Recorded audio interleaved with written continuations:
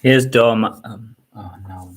Here's Survivor, Chapter 3, entitled Stress. She's history, he muttered, and settled down to a movie and beer. He felt the stress drain out of him as he emptied his cold drink. He soaked up the action from Mission Impossible. He enjoyed his own company.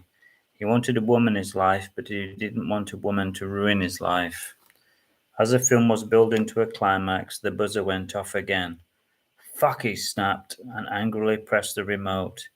He quickly opened the door. There was no one there, just a tree swaying in the wind like a scarecrow. He walked into the road, and all he saw was parked cars lying in the distance. "Damn," he said, and slammed the door. It was then he heard a light noise on the carpet.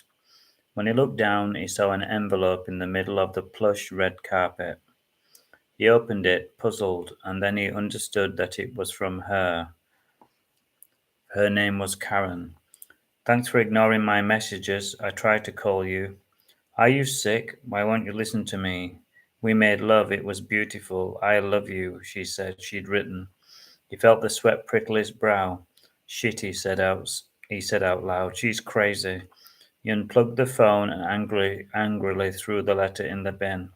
He didn't need this. He had work tomorrow and he needed his sleep. As he went to turn the light off in his bedroom, he hesitated.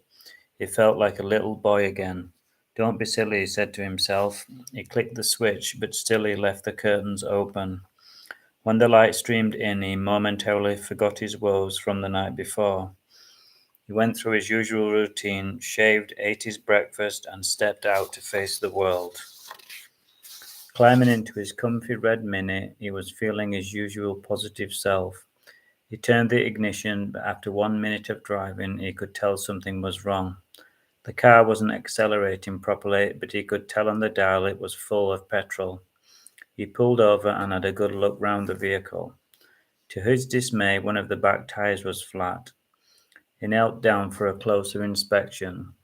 There was a 3-inch slash in the tire, and it looked like it had been stabbed with a knife. "Christ, it's her," he thought.